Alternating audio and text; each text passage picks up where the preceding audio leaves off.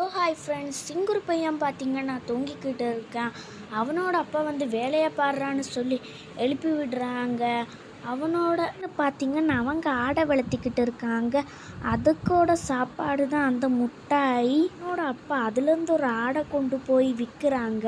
இதை பார்த்து அந்த பையனுக்கு கவலை ஆயிடுது. ஏன்னா அவன் வளர்த்திக்கிட்டு இருந்த ஒரு பெட் அது. ரோட்டில் இவனுக்கு ரெண்டாவதாக ஒரு ஃப்ரெண்டு இருக்குது. கோட்டுக்கு அவனையும் பிடிக்கும், இவனுக்கு அந்த கோட்டையும் பிடிக்கும். அதனால ரெண்டு பேரும் நல்லா விளையாடுறாங்க. அவளோட தீனி அந்த முட்டாய் தான். அதனால அந்த முட்டாயை பெருக்கிக்கிட்டு இருக்காங்க. இது அவனுக்கு பிடிக்காம அந்த ஆடு தான் அவனுக்கு கொஞ்சம் உதவி பண்ணி கொடுக்கு. அங்கே இருக்கிற எல்லா ஆடோட முடிவு இவன் தான் வெட்டுவான். 10 நாள் காலையில் அவனோட அப்பா எழுப்புறதுக்கு முன்னாடி இவன் எழுந்திருச்சு. அந்த அப்பாவுக்கும் கொஞ்சம் சந்தோஷமா இருக்கு.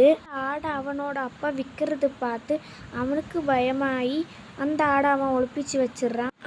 அவனோட அப்பாவுக்கு ரொம்ப உதவி பண்ணுறதுனால அவனோட அப்பாவுக்கு உதவி பண்ணுறது பார்த்து அவனோட அப்பாவுக்கு ரொம்ப சந்தோஷமாக இருக்குது. அடுத்த நாள் காலையில் வந்து பார்த்தா அங்கே நிறைய பெலூன் கிடக்கிறத பார்த்து அவன் பயந்து போயிடுறான். அந்த ஆடை விற்றுட்டாங்களோன்னு பார்த்து நிறைய இடத்துல தேடி பார்க்குறான்.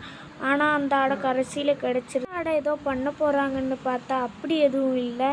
அவனோட அப்பாவும் அந்த ஆடும் அவனுக்கு சர்ப்ரைஸ் கொடுக்க தான் அப்படி பண்ணிச்சு.